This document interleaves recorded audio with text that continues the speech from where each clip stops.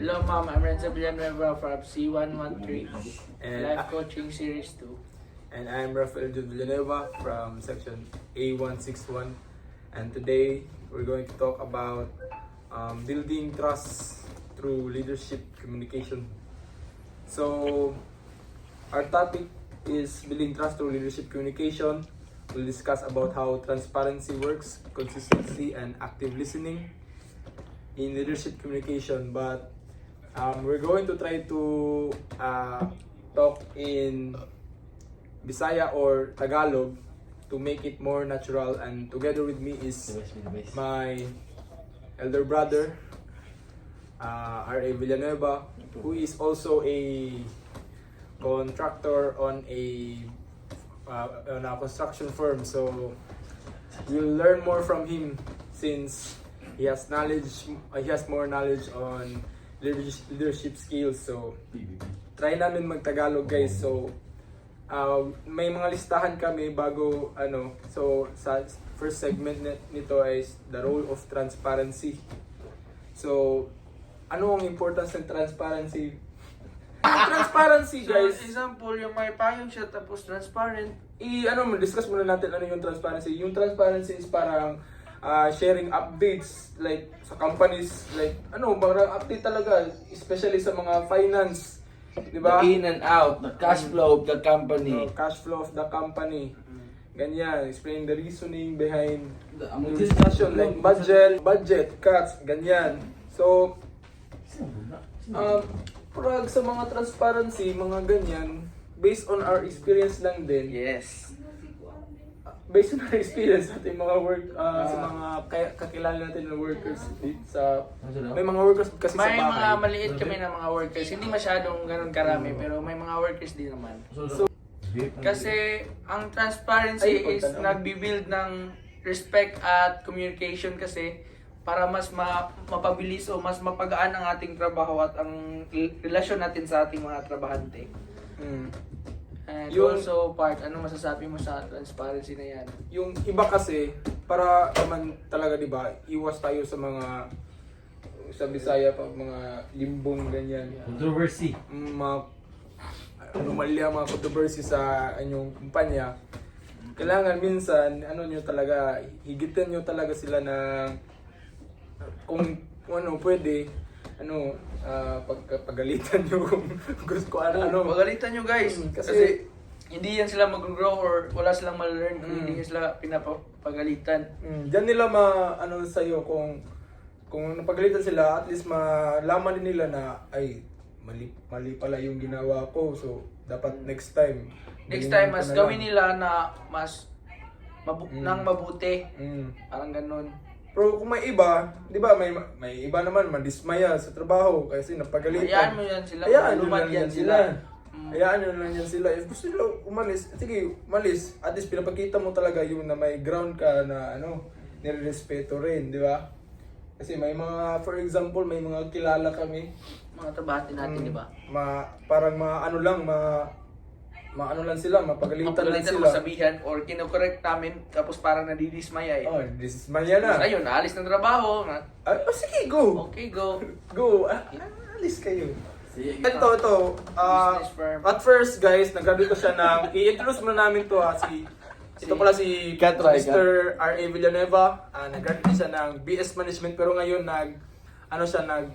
nagdaan muna siya ng pagka-project manager hanggang ngayon naging start na rin siya ng small companies na sa construction firm.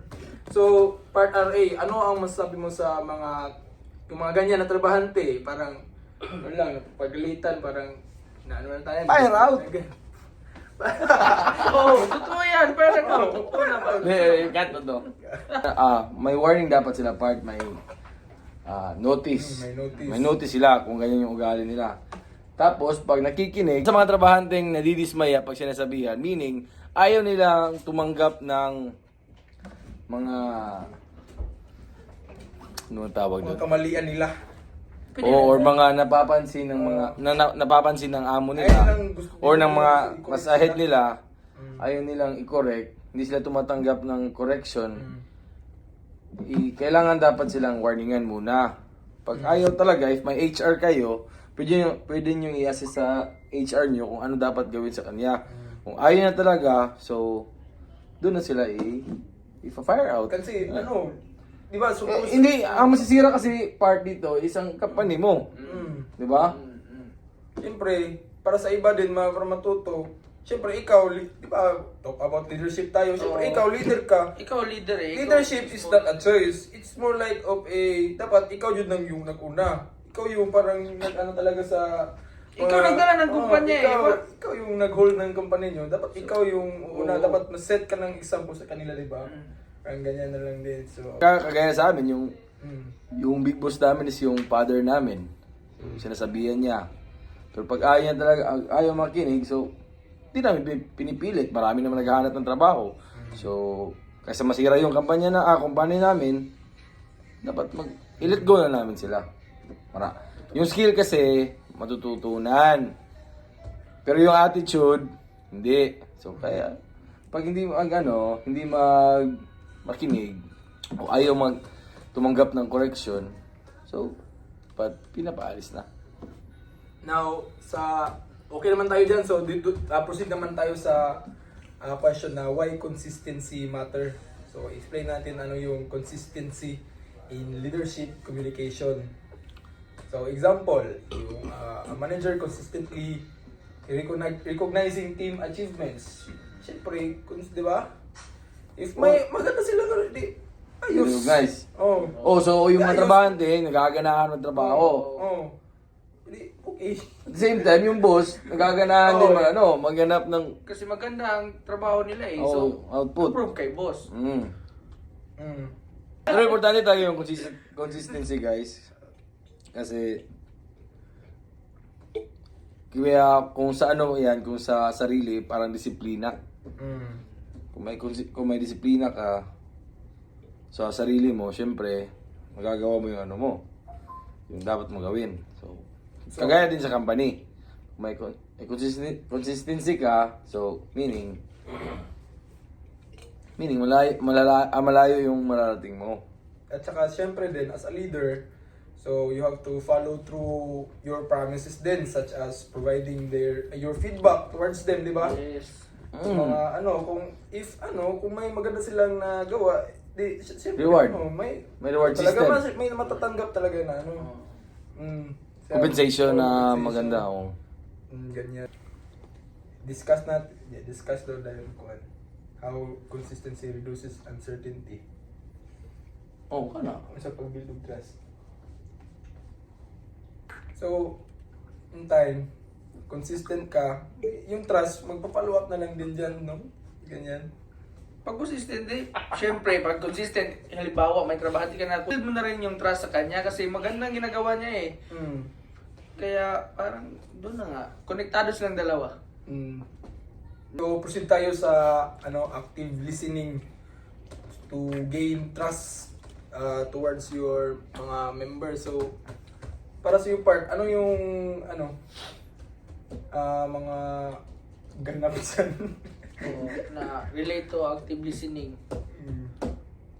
For example, guys, Trust builder. kasi nasa construction firm kami. Yung pag-transfer ng mga equipments from place to another place is minsan nakakaligtaan, may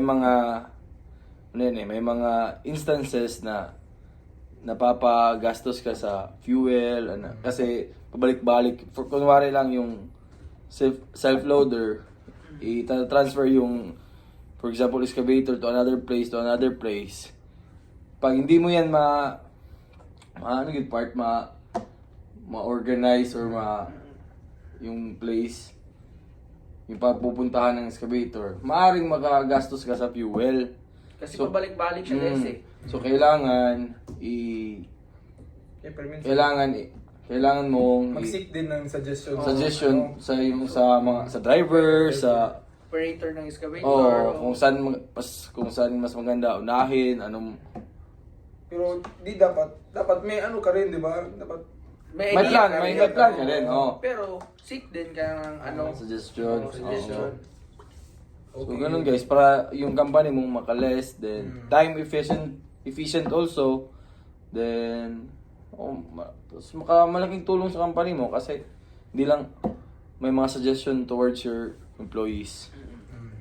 So, yun guys, umalis na yung isang kasama natin. So, again, will leaders communicate with transparency, consistency, and active listening?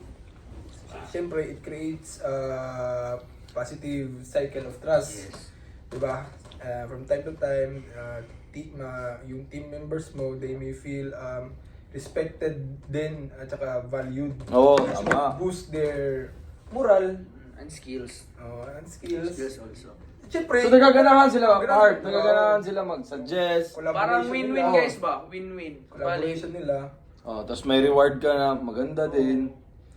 So, yes, a great example of it being it all together is a leader navigating a major change like restructuring. Like, kung tayo, yung leader nyo mismo siyempre ikaw as a leader, ikaw na mismo parang talaga sa kanila mo, ikaw yung Supervise. supervisor sa kanila or ang tawag yun. Manage. O ikaw na ganyan. Start by sharing the reasons for the change. Kung may mga changes man sa inyong kumpanya, and provide regular updates din para may din sila sa iyo. Kasi pag wala din silang alam, parang diretso ka lang din sa Implement pag- parang lang din sila kuratan Sa Bisaya pa sa mani, ambot sa mani. Tingalo, hindi ambot o ganyan. So sa Bisaya pa ba, So, di ba? if consistent yung mga ganyan, so ang result niyan, smoother transition and a stronger, Transaction. more unified team. Yeah. So start small. Pick one area, maybe transparency guys, and focus on improving.